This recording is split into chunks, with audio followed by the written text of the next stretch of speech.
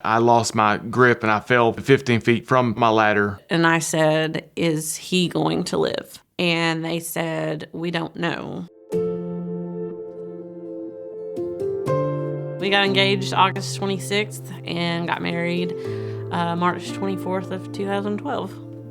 3 weeks after we got married, I was offered the option to go to work in Memphis for 2 weeks for the cable company. I was not making enough for money for what I was doing.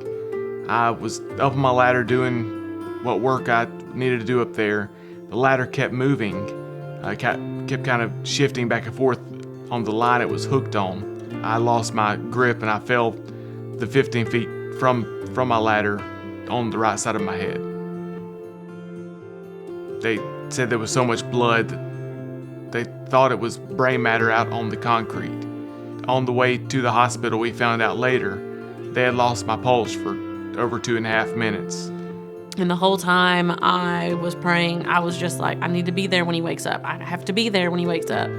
Not knowing that he wasn't going to wake up from his coma for, 2-3 weeks. The neurosurgeon said, we're just going to be straight with you.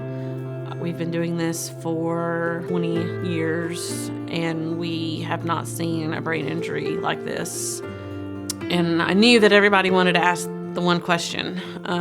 So I asked it, and I said, "Is he going to live?"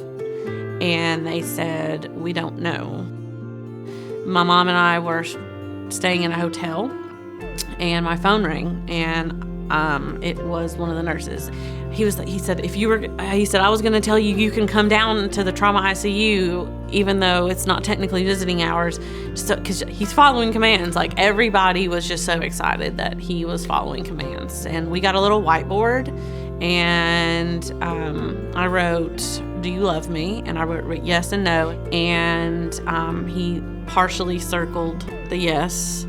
We were eating, and my dad felt his phone vibrate, and it was his grandfather, and his grandfather was frantic and said that Jeremy had aspirated and he was critical again. Doctors and nurses rushed in there and pushed him out of the room. As the door was shutting, he kind of stuck his foot in the door so he could still hear, and there was a nurse pumping oxygen trying to get me to take a breath. The whole time she was saying, "Please God, God, no, please God." And a doctor said, "Nope, we've lost him, he's gone." The nurse said, "No, let me just keep trying." And she was saying, God, please. The doctor yelled at her at that moment. I said, "He's dead, stop." That precious nurse said, "No, just let me do it one more time, just one more time." And she said, "Please, Jesus." And she pumped the oxygen. I took a breath and coughed. I remember driving down the highway, seeing Jeremy's name outside of a church. Pray for Jeremy Hayes. So that was my first recollection of hearing his name. When he first came here to Encompass Health, I remember the feeling of being slightly overwhelmed. As an occupational therapist, we look at someone and we see how we can make them perform better in their self-care skills. With Jeremy, that was going to be quite the challenge. He was missing part of his skull. I have been a speech pathologist for 32 years, and I've only seen a couple, maybe 3 people recover from the level of injury that his brain withstood. And so I remember vividly looking into his beautiful wife's eyes and saying, he probably is best served in a nursing home at this point.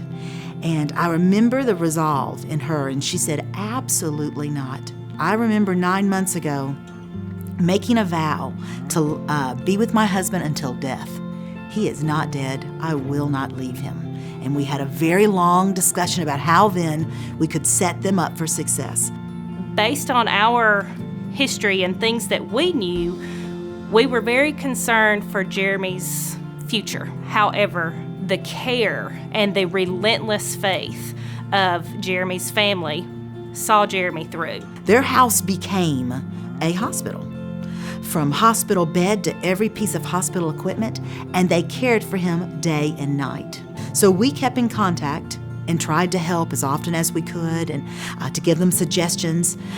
Amazingly, he stayed in that state for about 14 more months and never developed any kind of bed sores or contractures. I mean, he just really had amazing care, and that speaks to the love of his wife. I love you. Yay! They asked if I wanted to try to take a few steps. They had hooked me up to a specialized walker, and the first day that I had a chance to try to take steps, I walked up and down the hallway at least 1,000 steps. The first day I'd walked in over 2 years at this time. There were many, many parts of Jeremy's care that were miraculous. I had this whole mindset of I was going to walk out of there. The therapists and doctors were like, well, I'm not sure if you'll walk out of here, but we're going to work on that.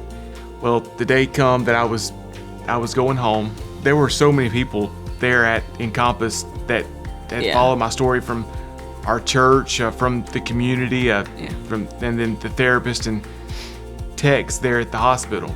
I kind of reached down and grabbed the wheel of the wheelchair and stopped it. I looked over to one of the therapists. I said, "Can you give me my walker?" They helped me stand up, and I walked out of the awning of Encompass and got into the car myself. And so I did do what I set out to do. I walked out of Encompass. As a healthcare worker, I know it's sometimes cheap to say that you've seen a miracle. But in my 32 years, I can state with great certainty that Jeremy Hayes is a miracle. And the reason why he is a walking, talking, driving, working, faithful husband is because of God.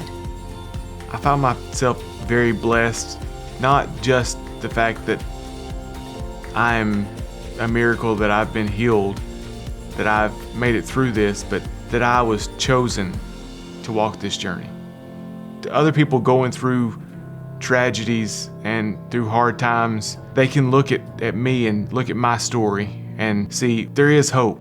Look, this guy was literally dead, and now he's walking, talking, serving in his church, working a job, and so there's nothing that is hopeless.